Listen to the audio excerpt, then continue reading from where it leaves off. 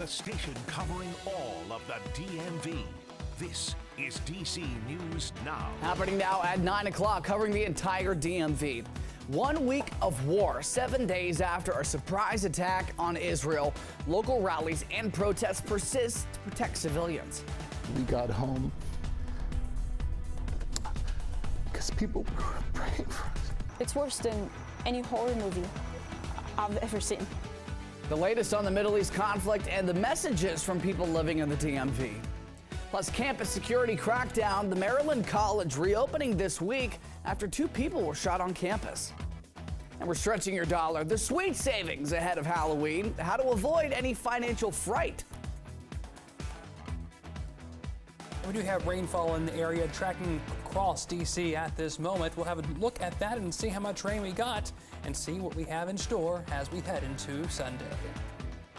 Good evening. Thank you for joining us for DC News Now at 9 o'clock. I'm Ben Dennis. This Saturday evening, DC police are actively looking for this man, calling him a person of interest as they search for who killed a 16-year-old back in September. Officials say the shooting happened on Green Street in Southeast. The boy died on scene. Investigators offer a reward of up to $25,000 for anyone with information leading to an arrest. Meantime, police in Prince George's County say that they have arrested and charged 3 men in connection to a fatal shooting that happened back in March.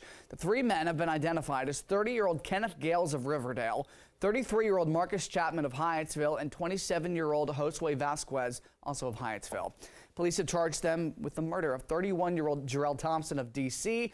Police say the suspects knew Thompson and he was shot during an robbery. And it's the 7th day of suffering in Israel and Gaza after last weekend's surprise attack by Hamas, a Palestinian militant group that's labeled a terrorist organization by top U.S. officials. Well, the U.S. State Department says 29 Americans are among the dead. In total, officials say 2,200 people have been killed since fighting broke out this time last week. Meantime, there appears to be no end in sight in the Middle East. Israel prepares a ground incursion of Gaza after warning civilians there to evacuate.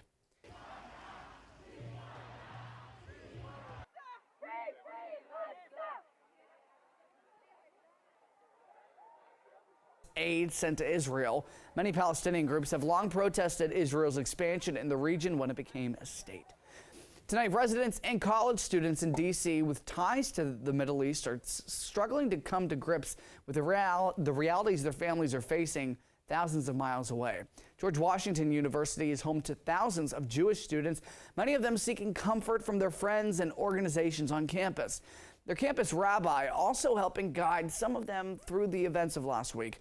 We sat down with one student who told us what her life has been like the past few days. I feel powerless. I can't help my friends who are fighting for their lives right now, and it's horrible. They don't comprehend the loss that they've suffered just yet, and I'm trying to not to hold myself from crying. I see my mom and she can't eat, she can't sleep. It looks like a dystopian world, one that I've never imagined living in. Students who did not wish to be on camera also told us there's a lot of anxiety and fear on campus while the violence unfolds across the globe. Fairfax County Police say that they're investigating anti-Semitic flyers found in the Wolf Trap neighborhood. Homeowners are asked to review surveillance video for any suspicious activity.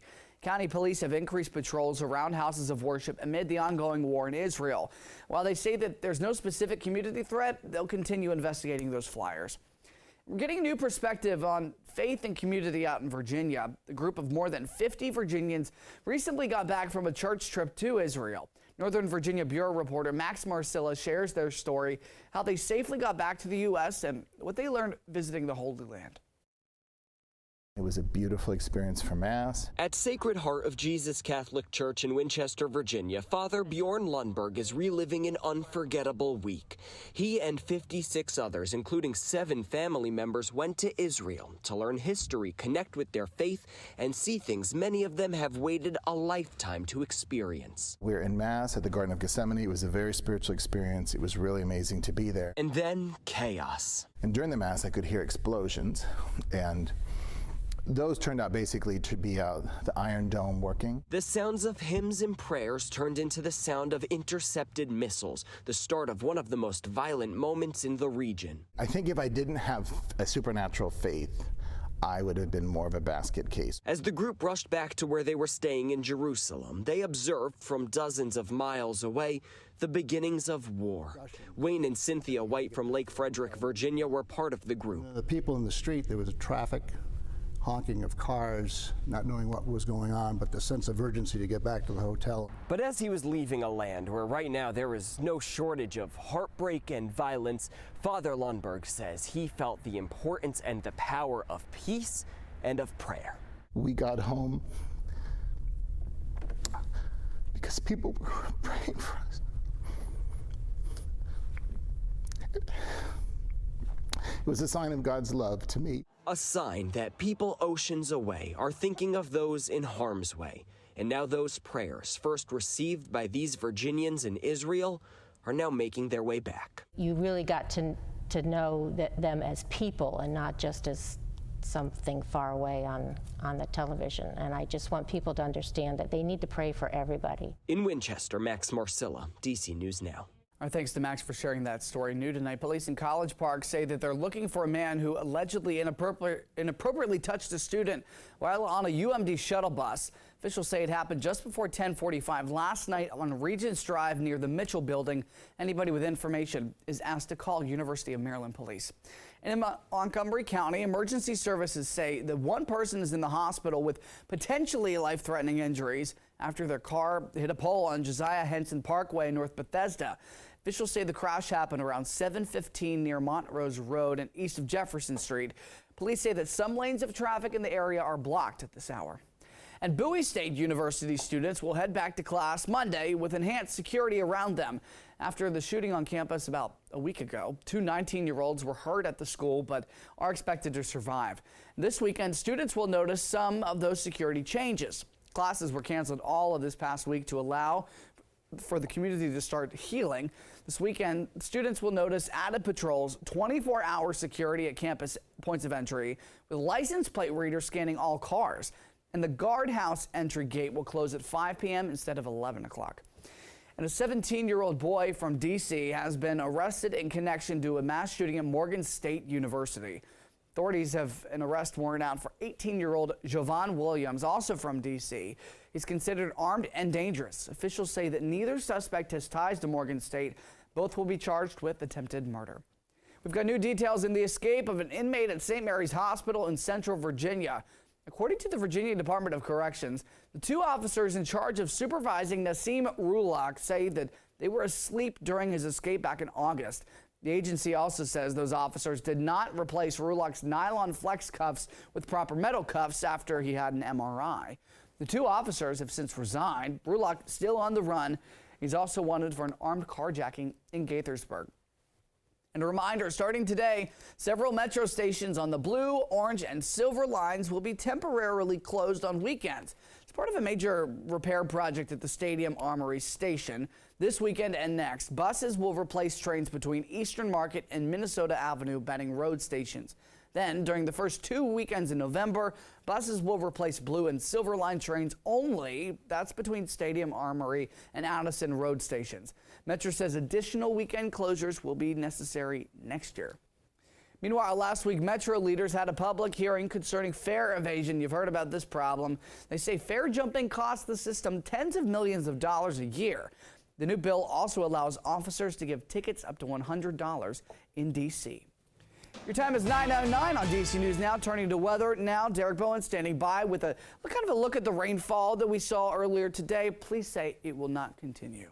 Hopefully it won't continue into your Sunday. It looks like we're going to see it all wrap up as we head into this late hour this evening. We're looking at 37/100ths of an inch of rainfall fallen in D.C. over the past 24 hours. Compare that to nearly 0.8 of precipitation for Hagerstown. Over a half of an inch of rain for Cumberland as well as Kaiser. Definitely seeing a good bit of rainfall in many spots across the area. And it's been one of those nice slow soaking rains across the region. On top of that, we got, of course, a good bit of the rainfall back off towards the west, now exiting out, but it's now inside the D.C., the I-95 corridor. We're starting to see more of that to come in with light to moderate rainfall here and there, anywhere from Dumfries all the way up the I-95, around the Beltway, and then onwards in towards towards Baltimore. We're seeing, of course, those rain showers right now causing a little bit of headache if you happen to be out on the roadways. But thankfully, though, this rain will be coming to an end as we head later this evening. And then for the overnight, we'll just sit with cloudy skies with a little bit of light drizzle over, and then we'll have, of course, a little bit of wind to contend with as we head late tonight into tomorrow. So something to look forward to nonetheless. We, of course, just have this low pressure system across the Ohio River Valley now. Will move out and about as we head overnight tonight, drawing our rain to a close this evening after this last little rain shower pushes on out of here. And then we'll be left with a little bit of drizzle here and there, but also those gusty winds to go on top of it. More from Derek in a moment, and for Scott Sumner this weekend. Check this out. Video showing what is called a ring of fire solar eclipse that was seen across parts of the western U.S. today. Well, we did not see a full annular eclipse, as it's called in the DMV. We did have a chance to see a partial eclipse around 3 p.m., but that rain certainly put a damper on your view. Experts say that this will be the last annular solar eclipse that will be visible in the U.S., get this, until 2039.